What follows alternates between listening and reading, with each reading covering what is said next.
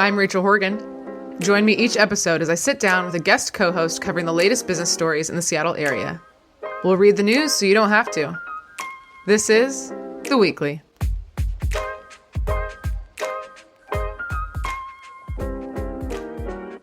What is up, everyone? I should have mentioned this the past couple episodes and this episode. We have in the studio Nick Patry, our sound engineer. You know him, you love him. He does all the sound editing for the show, and he's been a guest. So I wanted to mention it in case you hear any giggles in the background. That's him. It's my attempt at having a live studio audience. So Nick, if you want to applause anytime I say something insightful. He's like, yeah, I'll let you know if that ever happens. The other update, let's see, what else have I been doing this week?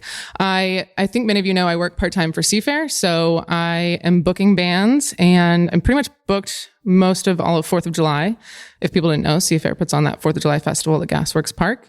And I'm booking bands for actual Seafair in Genesee Park. Part of my mission with this is to give local musicians a platform. I've worked in the industry a little bit, and I just know how freaking hard it is to make it. So instead of booking, like a cover band or a corporate band, I want to book some local artists and kind of give them that leg up. So I'm excited for that. And I'll be posting on Instagram and stuff about some updates there.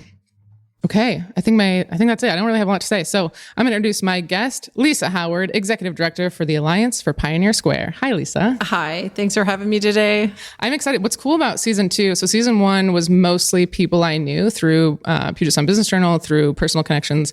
And season 2 is a lot of new people, including you. So this is fun to kind of meet. I'm surprised we haven't met before, but... Same. Because you're around town. I have been here 17 years. We've probably crossed paths. Invisible string theory or something. We've probably crossed paths.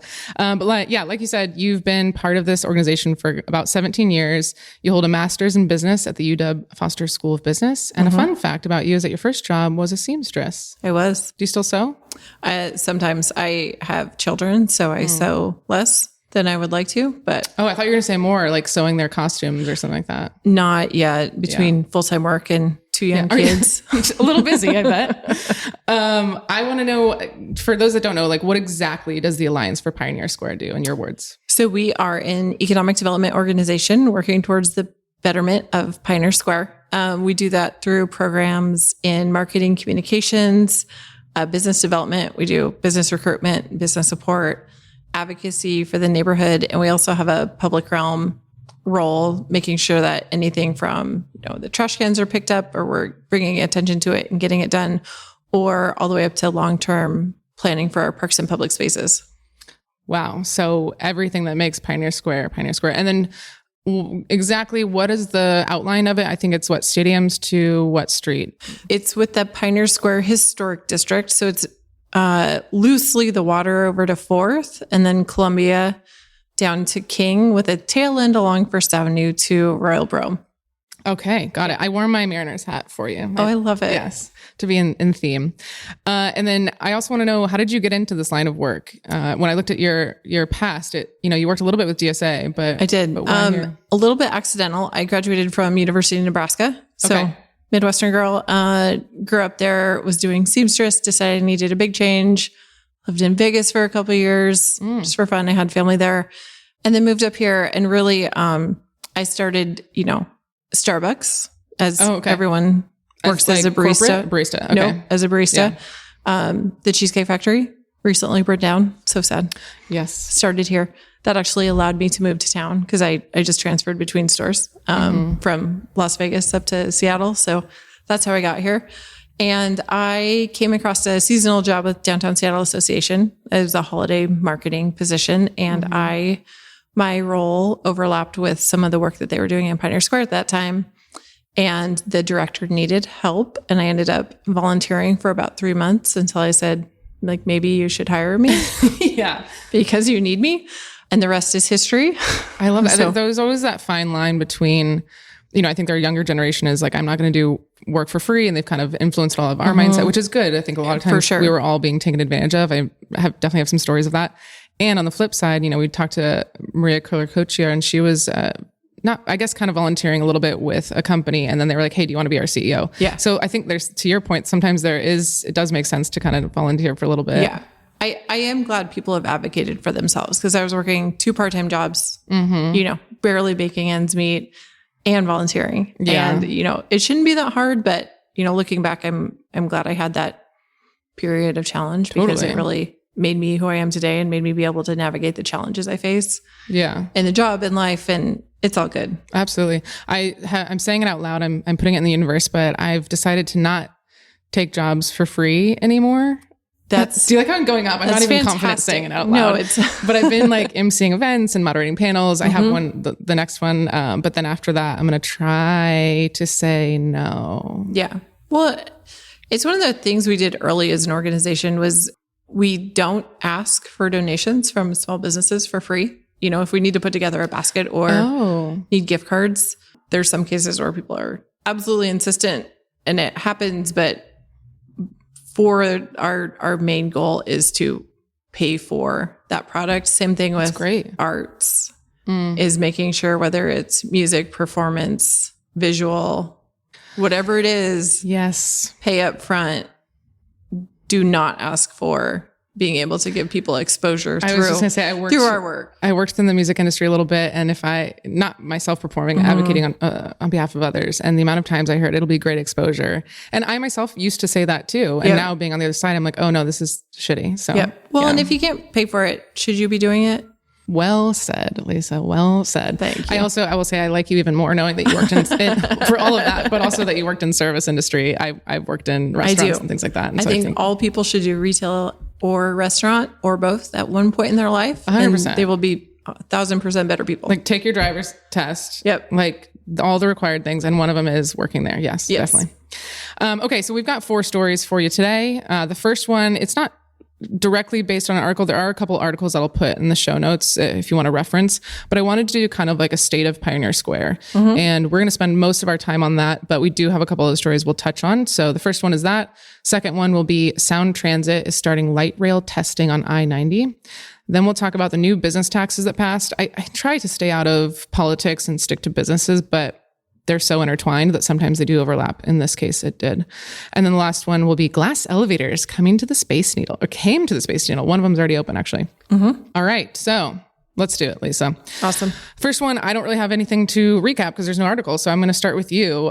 You've been in this organization 17 years. I worked in Pioneer Square for about 5 years. So nice. I saw it before the pandemic and after. And I used to work at the Hawk Tower a little bit too. Awesome. So Hawk Tower and it's beautiful. Norton Building. Nice. But this isn't about me. So give us a brief overview of the journey of this neighborhood, kind of where it started, where it came, where it's at now. In my opinion, I feel like it was on the cusp. This is just from a viewership. I think it was like on the cusp of really kind of booming. And then COVID happened and it like took so many steps back. And I do see it starting to rebuild, but that's my opinion. What would you say? I would agree with that. The history of boom and bust has actually started a very, very long time ago. If you go back to the age of the gold rush and the beginning of Seattle, I think you can track those cycles for Pioneer Square over time, which is really interesting. But also it really calls for a need to be able to maybe stabilize a little bit for the future, so we don't have quite such large swings impacting the neighborhood. I had somebody refer to 2019 as like the golden age. The golden age of Pioneer Square? Yeah, and it was deep in COVID, and I think I might have cried because we were, we were so close on that tipping point of everything being like just really great. And COVID hit. And for Pioneer Square, we have a relatively low residential base compared to other neighborhoods in Seattle, other cities. So we have a small but mighty group of residents, which is a very small market. And in one fell swoop, we lost our large office market. We lost our game day visitors. We lost the tourism. And we never, you don't really plan for losing all 3 of those things at one time, right? You kind of plan for like, well, maybe this impact or this impact, but never something to the scale of COVID. Pioneer Square is unique in that all 3 of those were so important. Like other areas maybe just lost the residential or they just lost a sporting thing or something. Like having all 3 is tough. It was especially tough. And because of that, you can't increase your residential base in the middle of COVID. Right? You're not going to stand up a whole bunch of buildings and have people all of a sudden move down here and have a robust neighborhood. So trying to figure out, is buckled down and focused on how to retain businesses. You know, the PPP loans helped so very much, but also there was a, I guess, emotional aspect to all of it. And when you're looking at small businesses, people trying to maintain their livelihood, we're like, what else do people need? Like there's programs out there. Some of them are working, but also people need support to make it through this very hard time, and tried to double down on just the community building, the connections, being able to do that remotely at times. So what I'm hearing is 2019 was doing pretty well, Yep. had a really tough time in COVID. You're building back. You're not quite at 2019 levels. I don't know what levels we're measuring, but So we are not at 2019 levels for office occupancy yet. There's still quite a bit of work. But for the first time in the last couple of months, we have hit pre-pandemic levels for visitors. Okay. Which is very exciting. Where's our applause, our applause track? That is Applause exciting. track. It really is. And it allows us to really focus on, you know, that specific area, right? Like we know we have an upper floor inventory that is available. We also know that it is an offering that's not available everywhere else, right? We're not competing fully. Like there is some competition, but we feel like there's a pathway to be able to bring people down here, people who value the community, people who value the brick walls and what that, and how that influences like your work and your environment and your day. And so we think that, you know, Pioneer Square has a value proposition to get people back down here. I agree. So you've mentioned a couple times about how your mission is to, at the moment, to focus on some of the small businesses. So I want to talk about this program called PS I Love You, which great title. I don't know who came up with it. Obviously it's a movie. It's something people write, but PS also stands for Pioneer Square. Yeah. So who came up with that, and tell us a little bit more about it? So the majority of the credit goes to a neighborhood resident. Really? The president of the Residents Council. Her name's Tia. Nice work, Tia. Lovely. Tia, and then one of our board members, Ryan, worked together to worked with a member of the business community in Pioneer Square who's recently retired, was looking to make an investment into the district. I'll say like my team takes some credit for working with Tia and Ryan and being able to identify like, how do we do the most in a very short amount of time to be able to help small business in the Pioneer Square business community through this like really hard winter. So we formed this grant process, distributed to 21 businesses, and really made it adapt to their need at that point in time. So you created this grant. Money came in from an anonymous donor. Oh, so mysterious. I love that. Anonymous donor. And then the businesses could apply to receive that grant. 21 businesses received it, and they could use the money however they wanted, or? So there was some parameters, but we tried to make it open enough that they could submit what they needed to make it through, whether it was staffing or a new grease trap or furniture. Like, what do you need to be able to make sure that your business is able to sustain past January, February, March? Were there any challenges in getting this grant set up? Because it's a new thing. Like, what did you run into? You know, overall, it actually was really smooth from launch date to getting all the checks out the door. We did it in 30 days.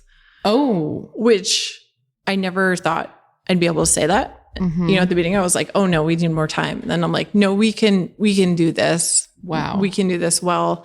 That's awesome. Not to pat myself on the back, but like, no, my team did an amazing job getting it out the door. That's very cool. I love that you're doing that. Okay, I want to shift a little bit. We can't talk about Pioneer Square at this time without talking about FIFA.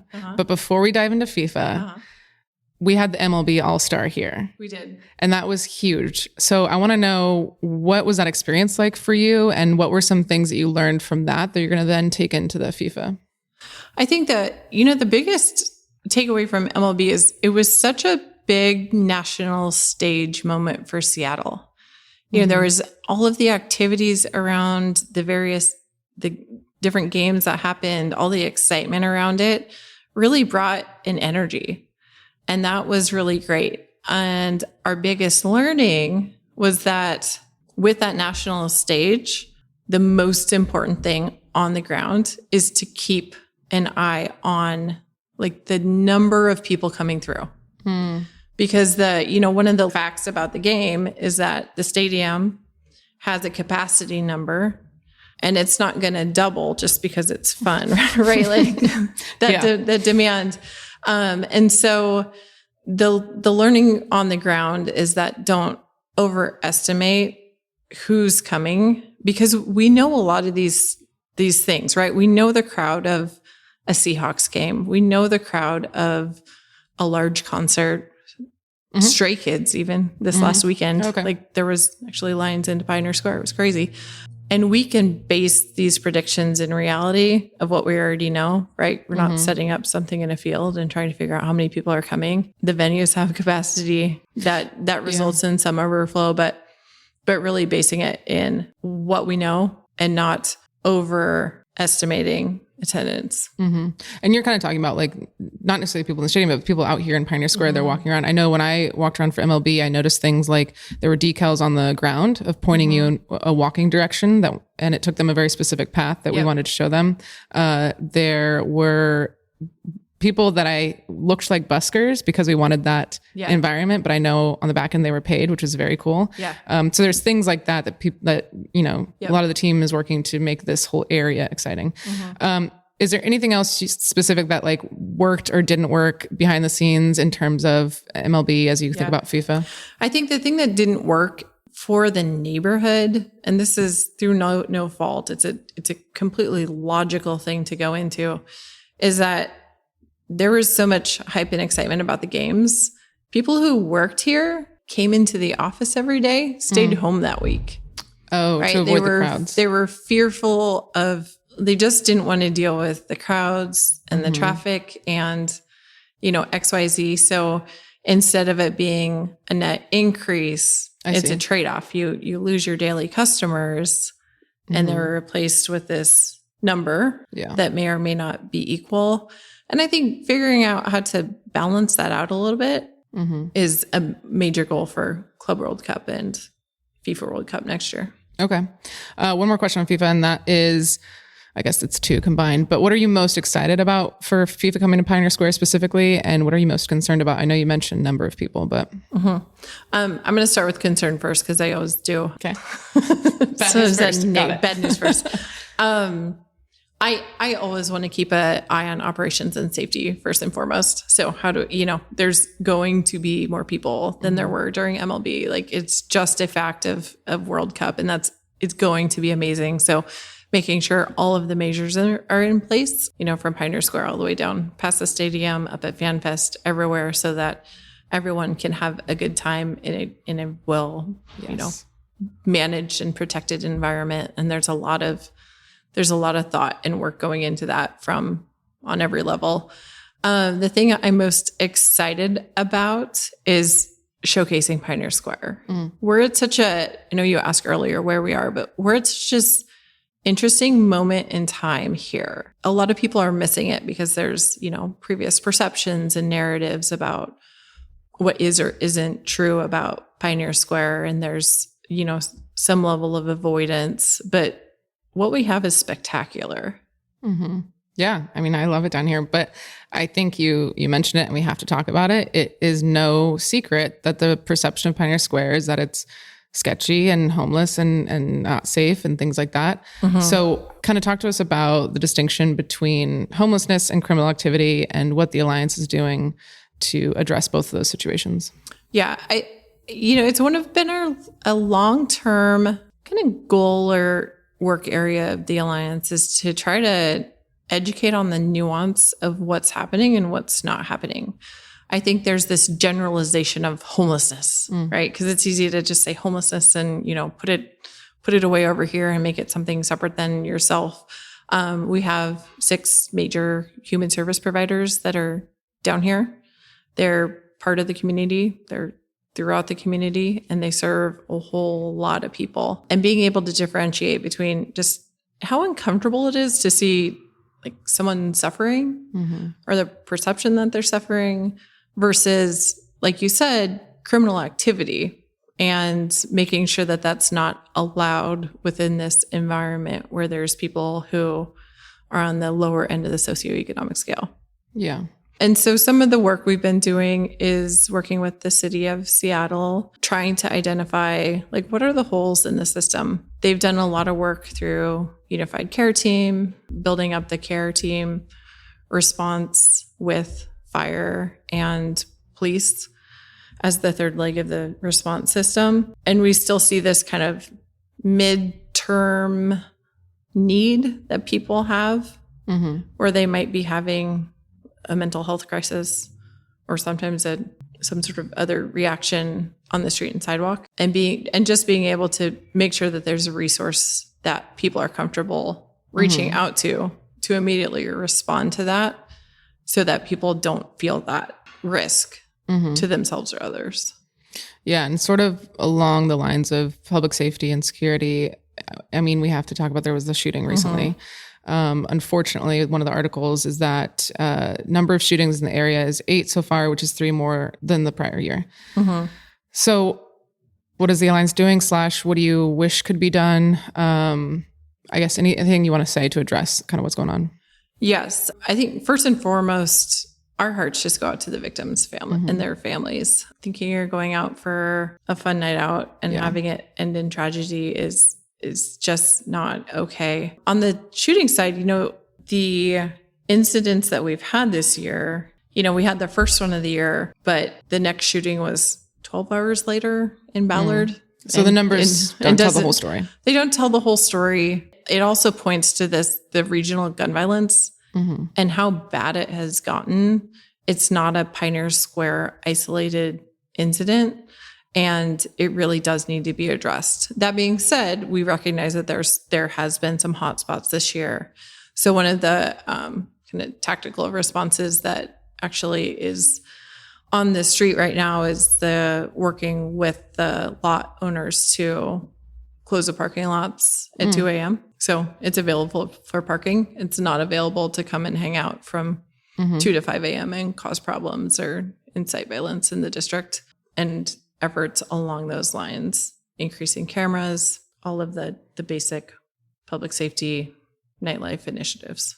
Yeah. I can tell that you are doing the work and recognize that this is not unique to Pioneer Square, and there's some bigger picture items that need to be in place, and legislative and police and all of that. For sure. The last thing on this is anything that you want to say about, like, if a potential business owner is considering coming into Pioneer Square, what would you tell them? Any advice for them? Or if they have concerns about coming into Pioneer Square, how would you kind of address any of that? I don't think we've talked about the number of new businesses. Oh, please tell me.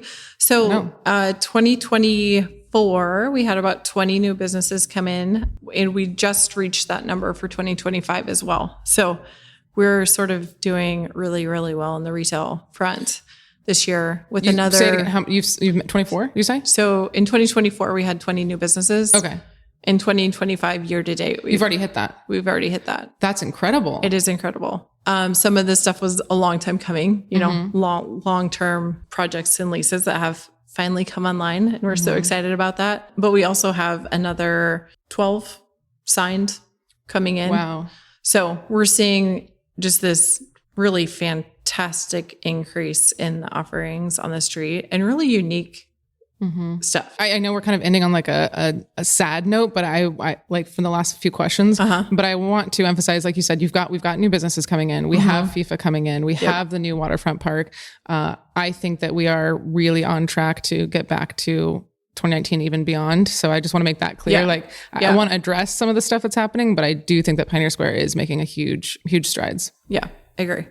All right, we're going to move on to the next one, which is Sound Transit starts the light rail testing on I-90. So Sound Transit pushed a link light rail across I-90, which is a 1.1 mile floating bridge. And it's the world's 5th longest.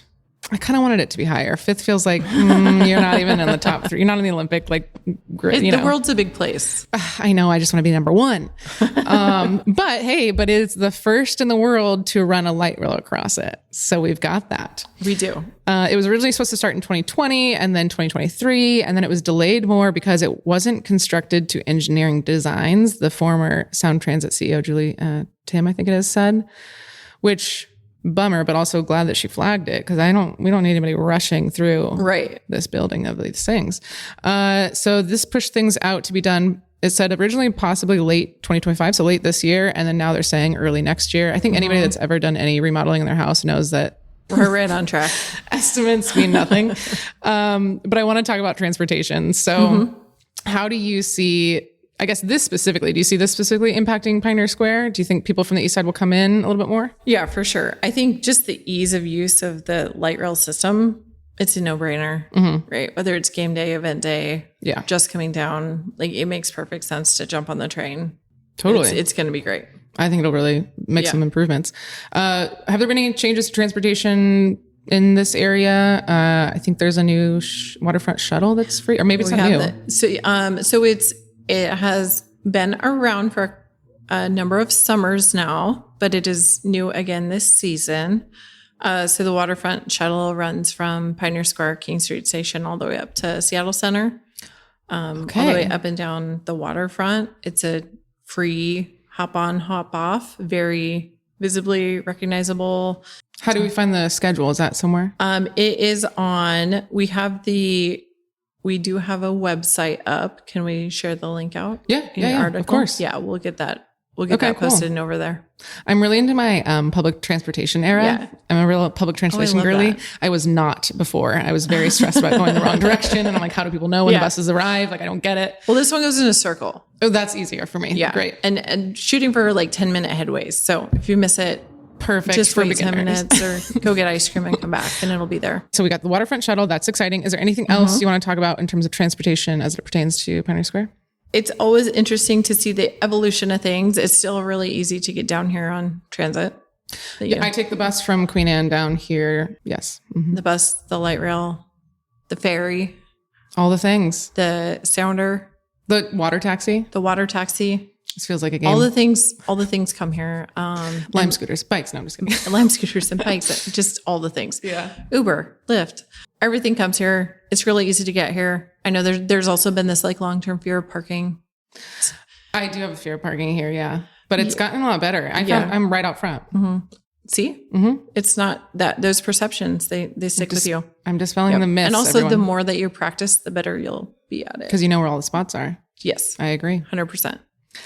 Okay, our next story is about business taxes, the thrilling topic.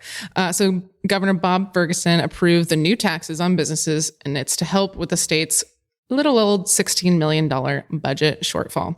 He did say that he's trying to find a balance between cutting expenses and adding revenue, which we all deal with in our corporate worlds.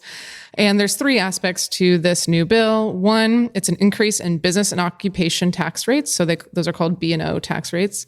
Then it's expanding sales tax to include companies that provide digital services, which I guess in my head, I thought already existed. And then raising a computing surcharge on companies like Microsoft and Amazon, which sort of just feels like a made up way to get money out of the big companies. But, hey, the governor said it did go through things pretty quickly and there might be unintended consequences, but that they'll address them in 2 years when they reevaluate, which, I guess I appreciate the honesty, but also like, what? Why pass a law if you're like, there might be some unintended consequences. Yep. Some of the cons in the article is that some people were saying it's going to put small businesses at a disadvantage to people from other states. And it doesn't really make Washington more affordable because if we're taxing businesses, that results in higher prices for consumers.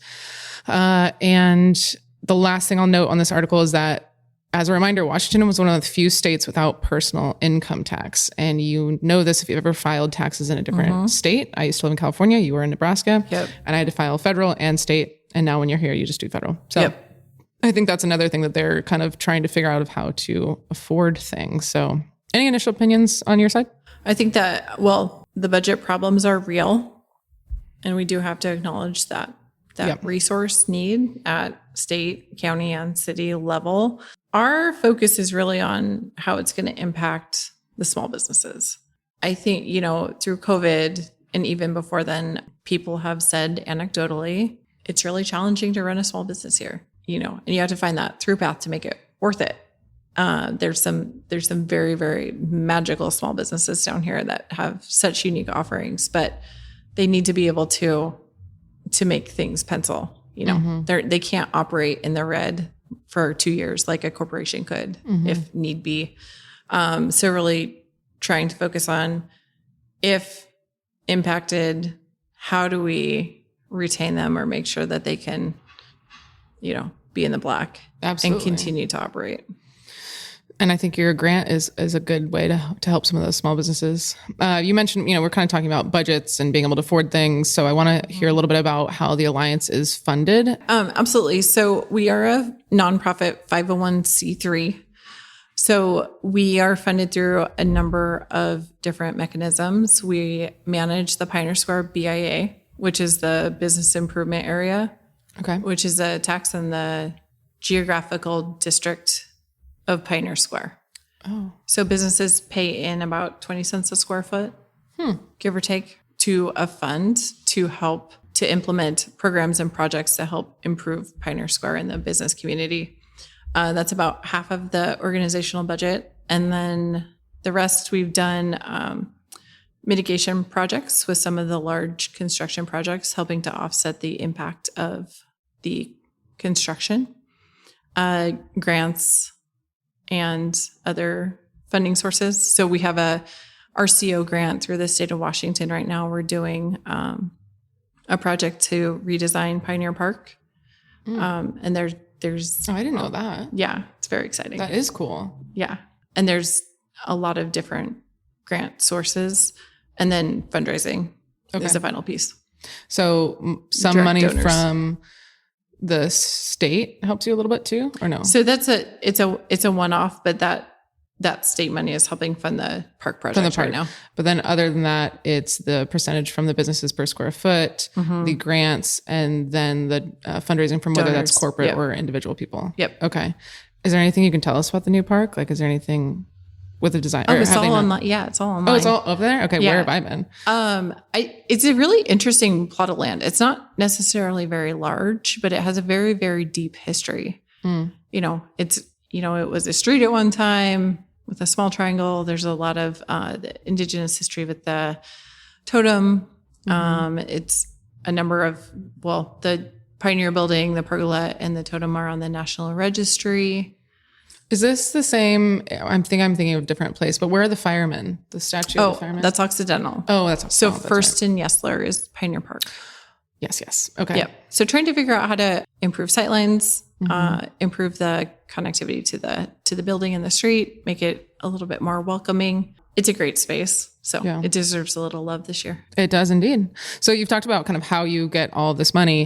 This is a little bit more of a philosophical question, but if you have specific examples, I love that too. But you have this heap of money. How do you decide what the quote unquote best way is to spend that money? Because I think there's some things that could be just like a Band-Aid for a problem, or maybe it's a cool thing, but it doesn't have any lasting ROI. What's sort of your view when you approach how to spend your money? Oh, I love this question. It makes it into the accounting as art. Oh. It's complicated because it's this balance of taking input from various stakeholder groups, both in and outside of Pioneer Square, that have opinions on what the priority needs to be, and the best practices that exist across the U.S. and the specific needs of the district at a single point in time, which change constantly. Constant change. We have our biggest North Star is our strategic plan, which we do every 5 years, just going into strategic plan for 2030. Very excited about that. And being able to use that as our guide to being able to figure out how to move forward year by year, working towards those longer term goals. Some nonprofits can get really pulled into a direction or scope creep by funding opportunities. So we do our best not to do that. But when you find having that plan in place helps for when you're trying to move something forward and the opportunity for funding comes up. Is there an example of something that was maybe hard to push through to get approval, or there was some disagreement on whether it was the right thing to spend money on? Everything. So I think, true. One of the longest term things that's been in place, and actually the business improvement area was started back in the 90s by a smaller subset of the blocks in Pioneer Square to fund the flower baskets. Flower baskets. Yep. Oh, on the lights. Yep. In the public spaces. So building owners purchase them for their buildings. The business improvement area has funded the parks and public spaces for 30 years. Oh, cool. And there have been points in time where individuals will come in and be like, why are we spending money on flowers? And you're like, well, because they're beautiful, you know. Welcome to my life, Lisa. I'm trying to explain why centerpieces are so important at an event. They're a signature piece of the district. They're, you know, and finding that balance, right? Because some things do need revisited. Like, that's true. Why are we doing this? And then you talk it through and you realize you do want to keep it. There's one budget line item that started with a mitigation fund. So when Alaskan Way, you know, they decided to tear down the viaduct, build the tunnel, you know, the parking inventory under the viaduct was very large. And there was a mitigation fund to help bridge that for Central Waterfront, Pioneer Square, downtown. And one of the initiatives that we started in 2011 was a free parking on First Thursdays. Free parking on First Thursdays. Yep. I didn't know about that. Okay, Yep. cool. And started it in 2011. It was funded by mitigation funds for about 10 years. And I had always been under the assumption it would have to sunset it someday, right? Like this is a moment in time. We're adjusting to a new reality. But the messaging around the ease of parking, even if people are coming down on the bus or bike or Lime, just that safe, available messaging has been really important. And it's one of the things that stakeholders got together and said, we want to fund this and keep it going. So it's still in place. Okay. Yep, every first Thursday. We love to hear it. And first Thursdays are fantastic. Because that's art walk, right? It's art walk. Okay. We're going to get into that on our next article. So let's move into it. The last one is about new glass elevators in the Space Needle.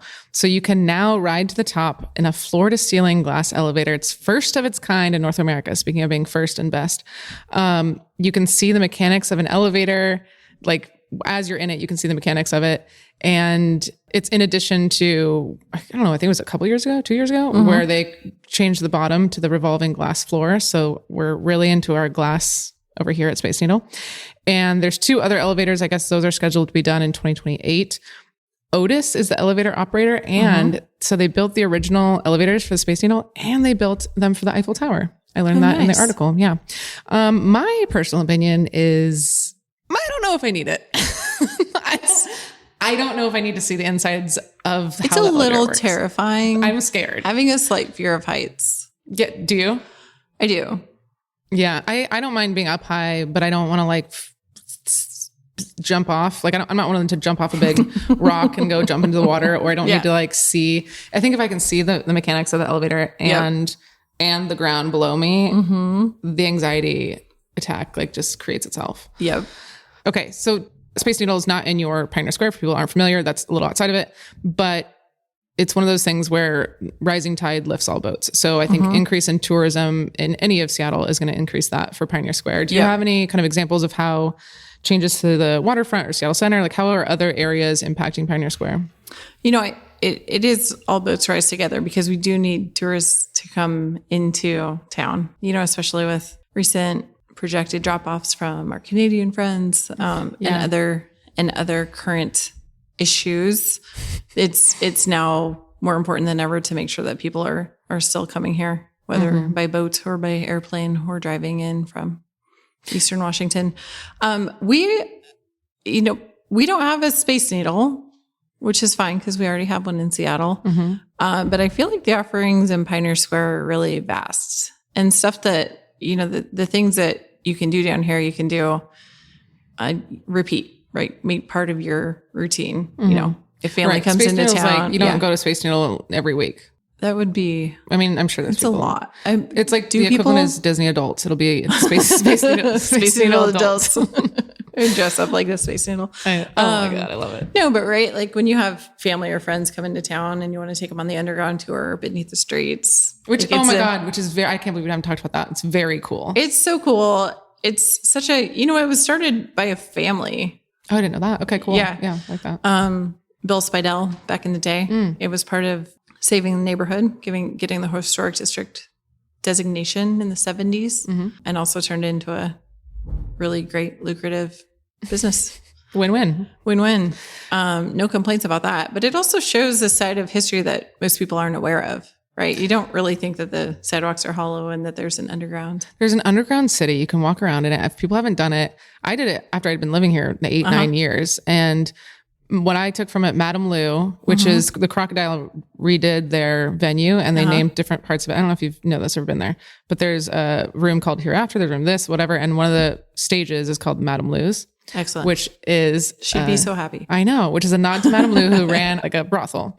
But she basically funded the city getting restarted because she had all the money and she lent it to other people. Anyway, that's a whole different episode. I really should do a whole about her.